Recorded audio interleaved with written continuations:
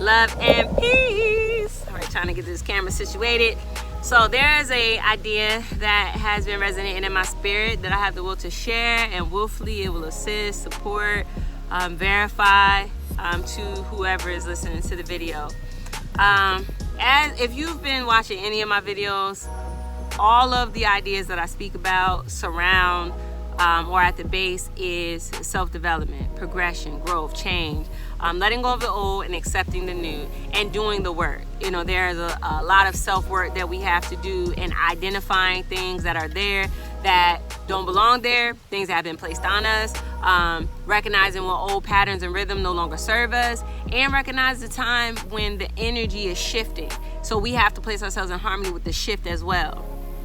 And I've been speaking to different individuals, and I experience a rhythm or I don't know how you say it, like a commonality. And I wanted to speak about it because I'm thinking that if I'm incurring situations where people are operating in that same rhythm of thought, that there may be a lot more people operating in that rhythm of thought, right? So that's why I'm doing this video. Now, we speak about doing the work. We speak about acknowledging things that are there that don't serve us. Thank you, nature spirits. Things that are there that don't serve us. Ideas that we have outgrown. Recognizing things that we're holding on to. Hurt, pain, confusion. Things of the past. Grudges. And once we recognize that, we have to put in the work to let it go. Put in the work to change it, right? So that we can accept the new. So that we can make the shift from the old paradigm into the new paradigm, which is love, peace, happiness, forgiveness, trust, and moving forward, right? And it's important for us as individuals to do that with a level of consistency to where we don't get comfortable. We don't slip back into our old habits. Because it's very easy to do something for a short period of time and you feel like progress is happening, you get comfortable, and next thing you know, you look up and you find yourself in the same situation you was in prior. And then when you evaluate, like, well, what happened? Because I was experiencing progress, you realize you got comfortable, okay? You got comfortable and you stopped doing the work because you was experiencing some progress, you was experiencing some growth. However, this is nonstop.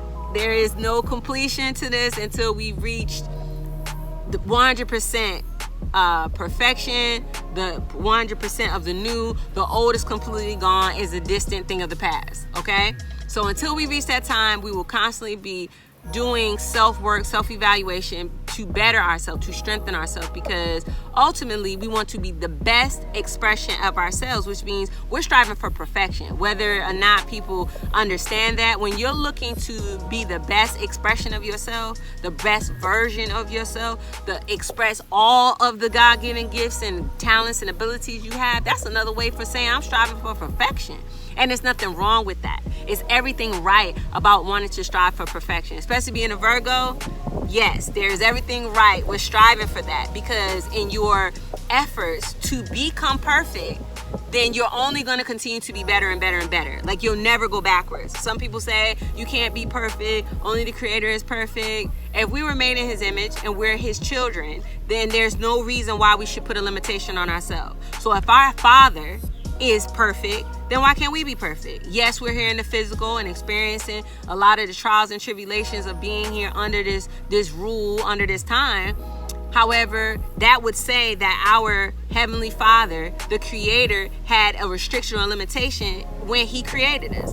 And we know that's not the truth. So for those that may need a little shift in their thinking concerning that, let that marinate, explore that thought on your own time of seeing the connection between that. And then make the adjustment in your thinking and strive for perfection. And it's not about competing and competition with anybody else. It's not about somebody else's standards of what perfection is. Be the perfect version of you. Be the perfect expression that you can be. And everything that you put your hands on, allow it or cause it to reflect the perfect expression of who you are. Okay? So with that being said, the idea is that it's one thing when we're working on ourselves, right? It is such a joyous experience to do the work and to see the benefit, to see the change and the shift in yourself, and to see the physical manifestation around you bear witness to that. Now, it's a whole nother situation when you're in a relationship, right? Where there are two people. So the proper understanding of being in a relationship, when you're like totally committed and you're serious about this, whether you're married in the world or not, you've given vows in your word to each other that you're all going to be serious about each other and y'all going to do the damn thing, right?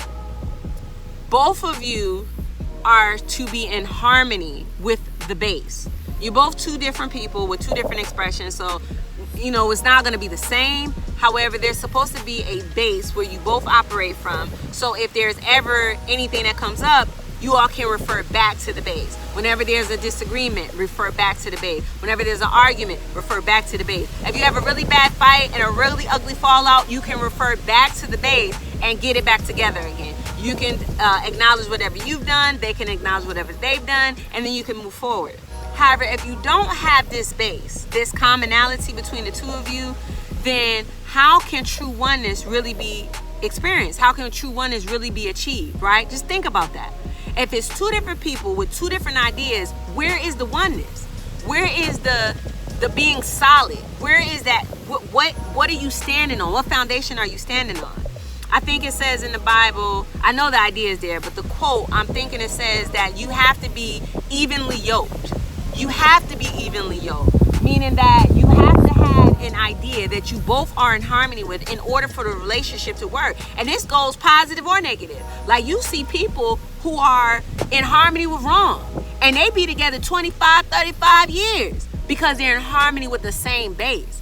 If you get together with somebody and they don't know you, you don't know them, you don't start off with full disclosure, so you're like spoon feeding them different things about you, and they spoon feeding you different things about them, then by the time you all realize that you all are not compatible or the base is not together, you look up and years have passed. So I am of a thought, and it's resonating with me, the importance of making sure that in entering into relationships, the base, we have a solid base, that you know me and I know you. And I know you can't, I've been here going on 41 years this year, right? So there's no way that one person can know all of me in all of my many facets, especially being a Virgo, with all of my quirkiness, in a matter of a couple of months, a matter of even a couple of years. However, there's certain core values about myself that's not going to change. There's certain ways and rhythms of how I operate that can be updated, but they're not going to change because it's who I am from my core, from my essence. You know what I mean? There's certain things that I experienced on my journey that have affected me, that have shaped and molded me. So if it is that you don't know that up front, then you don't know if you're capable of even being in an intimate relationship with me. You don't even know if you want to deal with all of what I come with if I don't disclose those things to you. Now, I'm going to say this disclaimer because I know a lot of people say, you don't give too much too fast and you don't want to scare people off. And I respect that, I understand that. And I'm learning the rhythm of that as well because I'm a very transparent person. Like, I will share with you whatever you want to know up front, like a open book. However, I understand that everybody's not ready for that. So you have to slow walk it, spoon feed people different ideas. But there's certain things you're supposed to share up front. You know what I'm saying? And then you sharing it up front, you get to not only determine if this person is someone for you, but they get to determine if you're someone for them that they actually want to pursue. And then taking the time to really get to know each other. What happened to the days of courting? Do you remember back in the day when people used to court, when they actually used to date? It used to be like, how long y'all been together? Oh, we've been dating for 6 months, or we've been dating for 9 months or a year.